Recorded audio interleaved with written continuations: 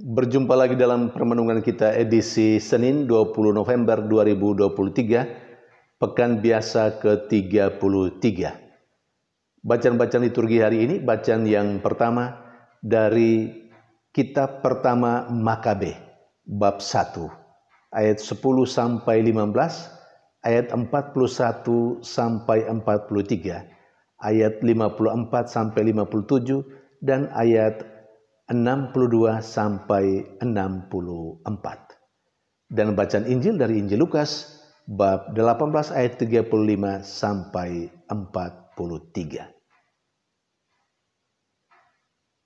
Bacaan pertama hari ini dari kitab Makabe. Yang pertama bercerita tentang kepemimpinan yang tidak berintegritas, dan di sisi lain sekelompok orang yang dipimpin yang mempunyai keteguhan dan pendirian yang benar. Bangsa Israel pada akhirnya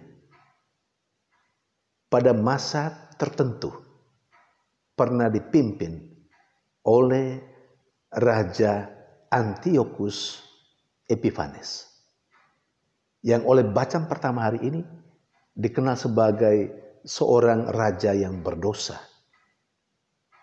Raja Antiochus Epiphanes adalah putra Raja Antiochus. Apa yang membuat raja ini dikatakan sebagai pemimpin yang tidak berintegritas?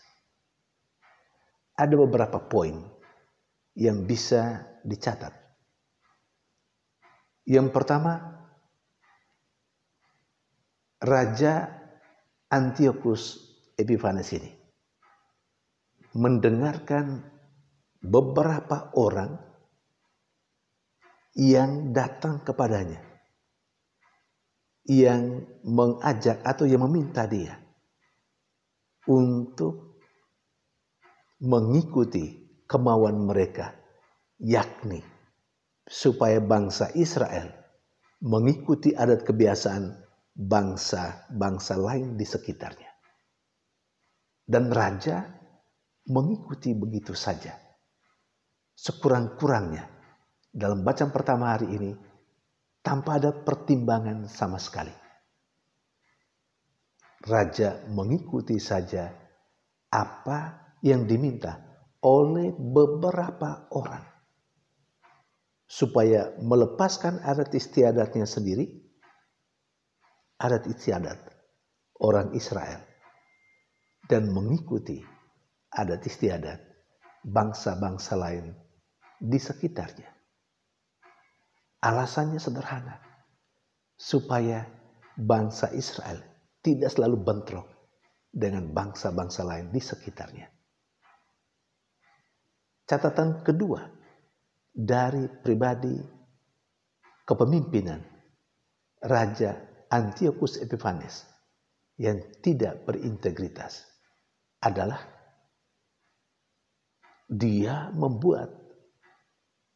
mengeluarkan titah supaya rakyatnya mengikuti apa yang dia inginkan, yakni bersatu dengan bangsa-bangsa lain sambil melepaskan keberakaran mereka dalam adat istiadat orang Israel.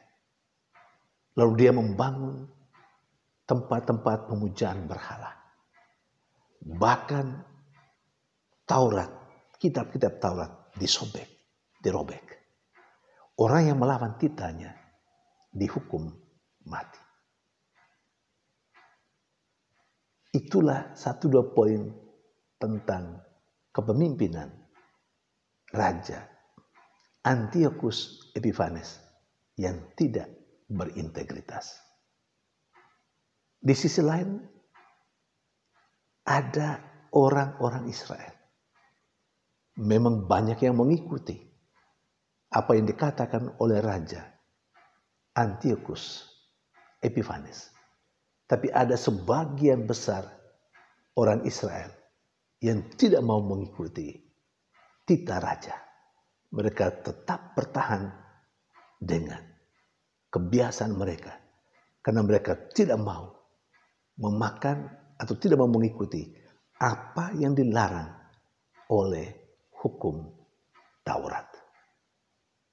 Saudari dan saudara yang terkasih, inilah kelompok orang Israel yang boleh saya katakan yang memiliki sikap yang sangat selektif, yang mempunyai pendirian atas kebenaran yang mereka yakini. Saudari dan saudara yang terkasih, apa yang bisa kita pahami dari cerita bacaan pertama seperti yang saya tegaskan tadi? Ternyata seorang pemimpin, entah dalam jabatan apa saja, bisa salah memimpin. Bisa mengantar rakyatnya atau umatnya kepada kesesatan.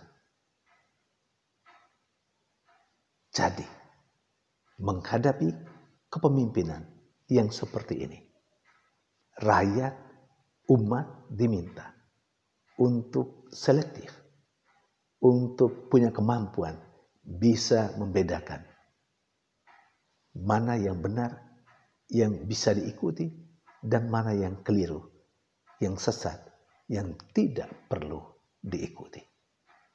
Saudari dan saudara yang terkasih, tentu ketika rakyat atau umat tidak mengikuti cara kepemimpinan yang kurang baik,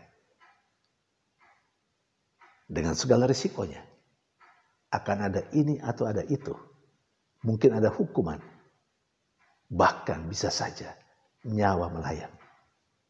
Tetapi itulah rakyat dan umat yang berintegritas, yang penuh atau memahami, yang punya pendirian.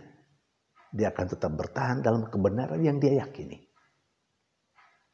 daripada mengikuti yang salah.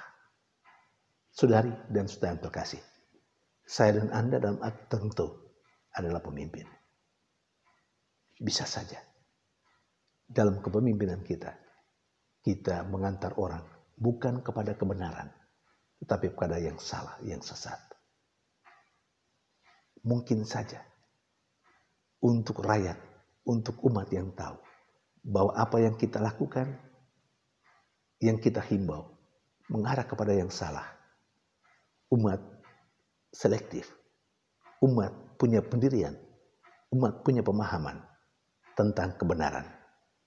Bisa saja ada umat yang tidak mau mengikuti.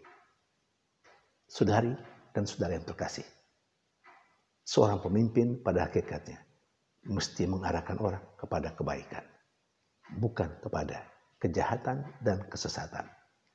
Dan sebagai umat perlu ada sikap selektif. Harus tahu mana yang baik dan benar untuk diikuti, dan mana yang tidak baik, yang tidak benar, yang sesat untuk ditolak dan dihindari. Saudari dan saudara yang terkasih, sementara dalam bacaan kedua, bacaan Injil, Yesus tampil sebagai seorang pemimpin. Bagaimana dia melayani? Hakikat pelayanannya adalah keselamatan jiwa orang yang dilayani. Keselamatan orang yang dilayani. Karena itu ketika dia bertemu dengan si buta dekat kota Yeriko, ketika si buta itu berteriak, "Kasihanilah aku," maka Yesus mendekatinya dan bertanya, "Apa yang kau inginkan aku perbuat bagimu?" Sekali lagi pertanyaan Yesus kepada si buta itu, "Apa yang kau inginkan ku perbuat bagimu?" Di sini ada sikap empati Yesus. Yesus merasakan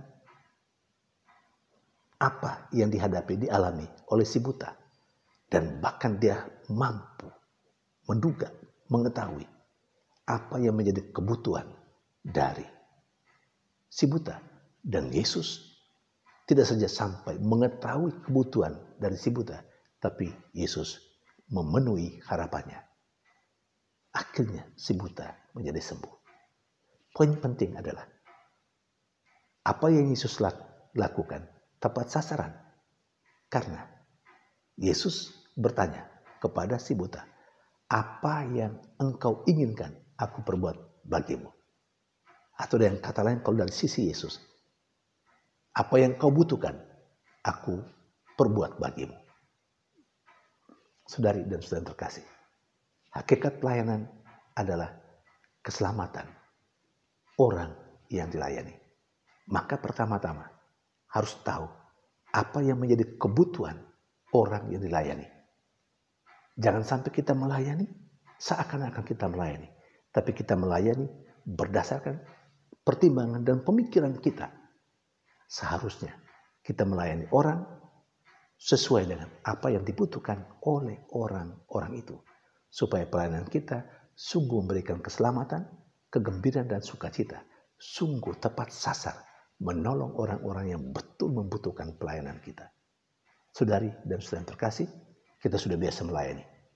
Pertanyaan refleksif, apakah kita melayani sesuai dengan atau tepat dengan kebutuhan orang yang kita layani? Tuhan memberkati.